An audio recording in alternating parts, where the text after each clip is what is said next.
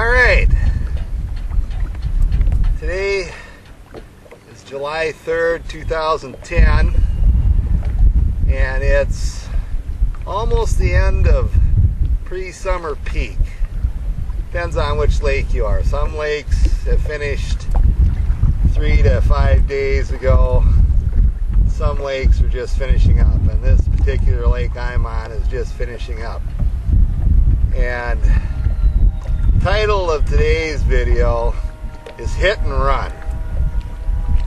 Now, think back to when you were a young child and your parents took you to the local park to feed the ducks, and you had some saltine crackers.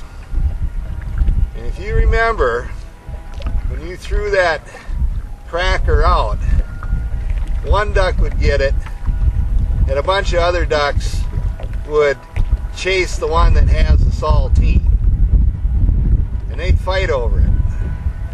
And you would see that the next time you gave a saltine cracker into the flock of ducks, and the next time.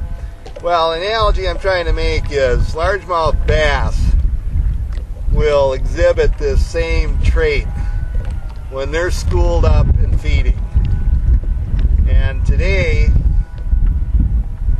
it's mildly windy.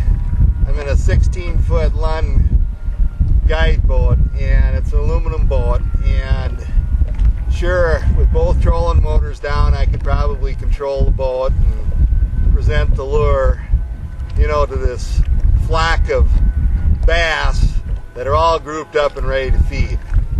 But I don't want to have to mess with that. This is a real small area that these fish have grouped up on, and to catch one and fight it and bring it in and unhook it and release it and run the trolling motors is going to get me out of position. So one of the things I've learned over the last 40 years of fishing for largemouth bass is that when you have these conditions, the best tool that you can have in your boat is a tool that's been around for decades and decades and decades worth of years, and that's an anchor. And what I do is I know these particular spots very well from having fished them many times previously over the years, and I come in and I set up and I put the anchor down, and I let out just enough rope so that I can cast 15-20 feet to this 10 by 10 area of feeding bass.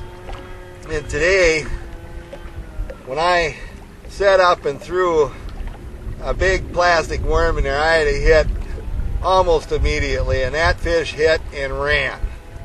Well, what that's telling me is that there's more bass down there, just like that saltine cracker being captured by one duck and chased by the other. So too with this plastic worm.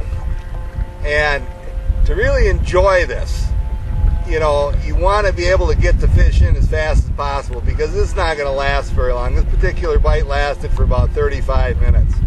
And I, was able to get a limit of bass in the live well and some real nice ones that I'll show you, one real big one. And the whole idea behind that is you don't want to release them till you're done, because they'll swim back and spook the school. So, again, the moral of the story is read the activity of the fish based on how it's biting. If it's very aggressive, or they're going to hit a plastic worm and then instantly move with it, you should know at that point that there's more down there. And you want to be able to cast right back into this very small area as fast as possible. Get another bite, see that one, hit and run, fight it in, unhook it, put it in the live well, rig up, and get right back in there. It's almost like a fire drill.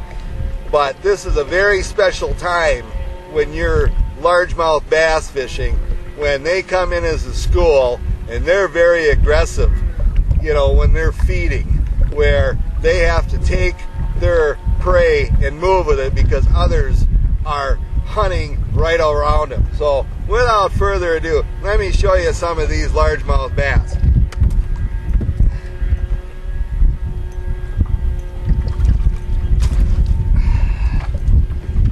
all pretty much running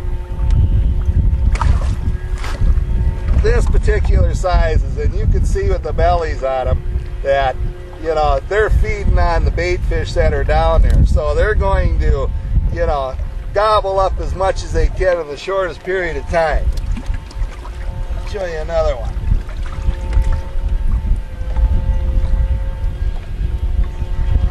Now, again, this is the big one, but it's still, you look at the bellies on them, and these fish, you know, are coming up and they're on the feed bag, and you want to be able to take advantage of that.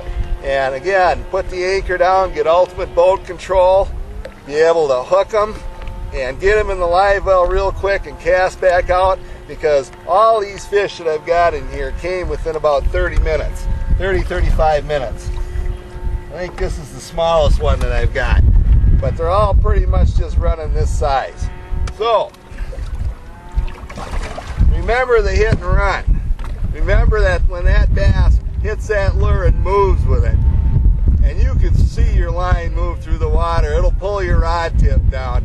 That's your indication that you're on a hit and run bite. And if you can remember that and be able to position your boat so that you can cast back to these real tight areas. This is our mid-lake rock hump, and these things are right on the peak of the rock hump. You cast 10 feet to either side of the peak, you wouldn't get bit. You go right back to that peak, you'd get a bite, and they'd move with it. So hopefully you can remember this the next time you're out and conditions are right and you can set up correctly. You too can have a hit and run bite. And to that end, as always, good fishing to you.